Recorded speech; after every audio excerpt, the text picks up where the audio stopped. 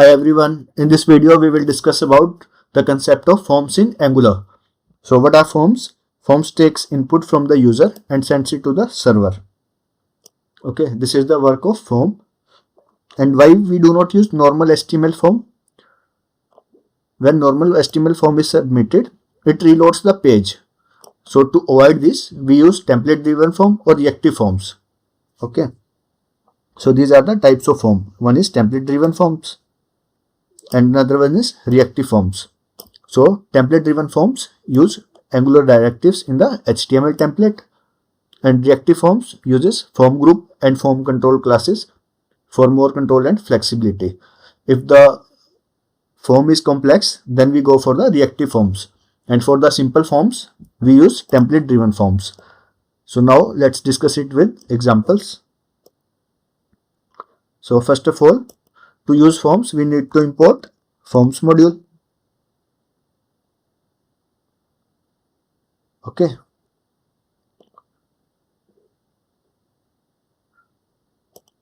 we are taking the example of template driven forms first. Okay, so we have imported the forms module. Why we have imported it? Because it will enable the use of template driven forms. Okay, so this what's the use of common module? Why we use it?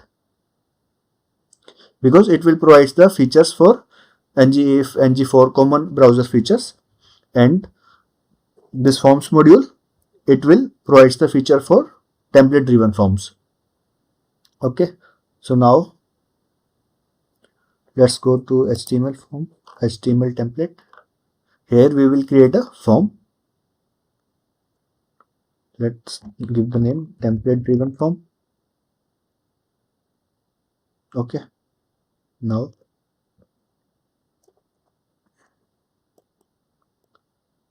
we will define the form.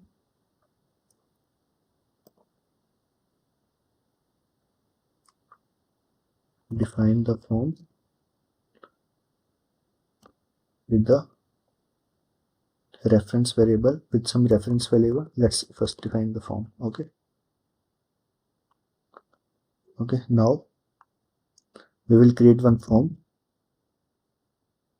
Okay,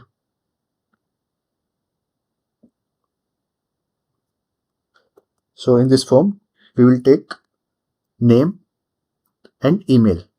Okay, so let's create a label name. Okay, what is supposed to name. Okay, now we will take the input field. Input. Okay, type is equals to text, and let's take id is equals to name. Name is equals to name. Okay, and we will use ngModel. Okay, so ngModel binds the input field to the form object. Okay, that's why we are using ngModel, and let's make this field required, because the form should not submit if the field is empty. Okay, so this field make it required for validation purpose. Okay, let's take the break statement.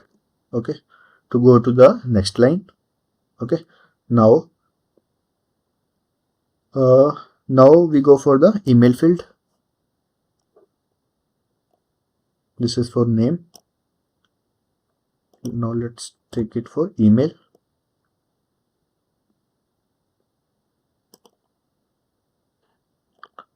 Type will be text, id will be email, name will be email, and ngModel, and it is also a required field.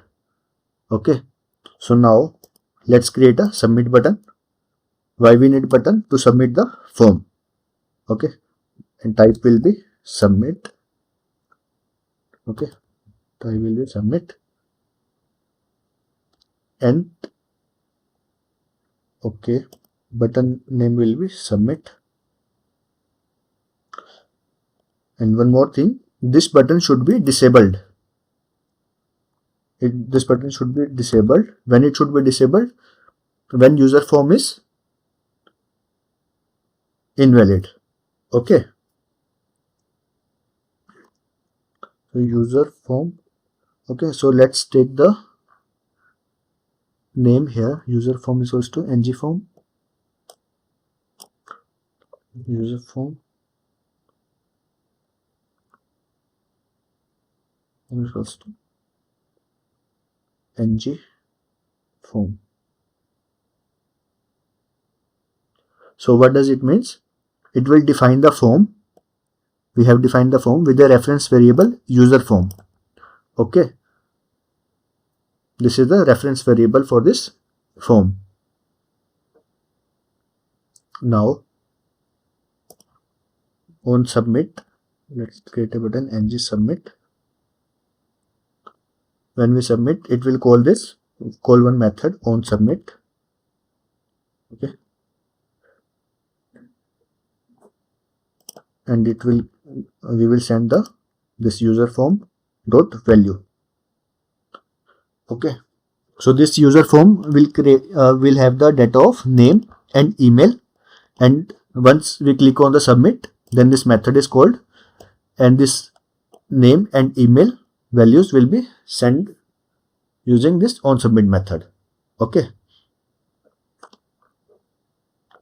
and this button should be disabled when this user form is invalid. Okay, user form dot. Okay, so we have used the negation here. Okay, so when user form is invalid, the button should be disabled. Also, we will print the form data here.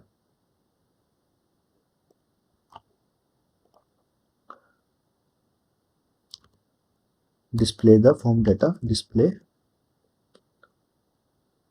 Let's write submitted data.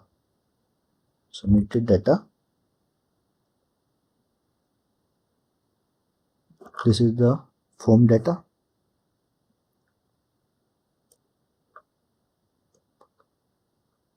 Let's go here. What we will do here, once the submit button is clicked, when we clicked on the submit button, this method will be called on submit, and it will take the form values. User form dot value will come here in the data.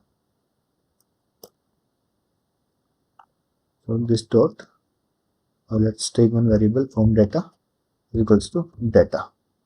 Okay, so this form data will be stored in the variable form data. Okay,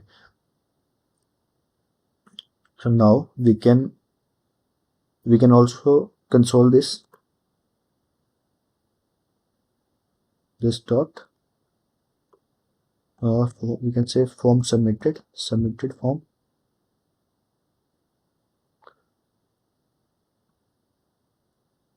This dot form data. Okay, now we have the name and email values in the form data, which we have done the submit. Okay, so now we will print it here, form data. Now these values are in the object. Let's use the pipe and make it in a JSON format. Okay, so now let's run the code. Go to the browser. Okay, so we have got the form with name and email. Okay, so let's write name as Kashish, email k@k.com. Let's click on submit. Okay, so this form data is get printed here, and also in the console we are getting this email and name. Okay, so submitted data, it is coming in the web page, and in the console we are getting this submitted form data. Okay, so what we have done, this line hash user form, what it is doing, the hash user form, this is the template variable reference. This is the template variable reference for the referring the form object. Okay, so this user form is referring the form object having name and email. And this ng form, it is the directive that manages the form state like valid or invalid. Okay. Then we have ng submit. This ng submit event, it triggers the onSubmit method once the form is submitted, and it will pass the form values to the component to here. Once we click on submit, then this form data will come here. Okay. And this required field, why we have used it, ensures that the fields must be filled before form submission. Let's go to the UI. Suppose it is blank. So now submit button is disabled. Okay, because this is required field. Okay. If we remove required and run it again, it is submitted even we haven't entered anything in the email. Okay. So for validation purposes, we use required. Now in the app component, this dot form data, this one, it is the variable, form data is the variable to store the form data after submission. Okay, this data is stored in this dot form data. And now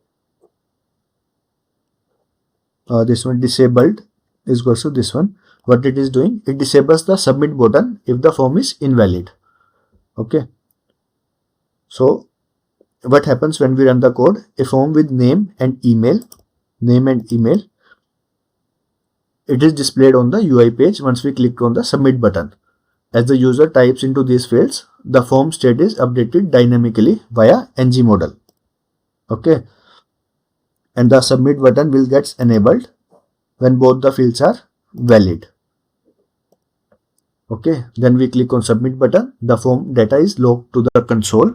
Here it will log to the console, and it is logged to the console and displayed below the form here as JSON. Okay.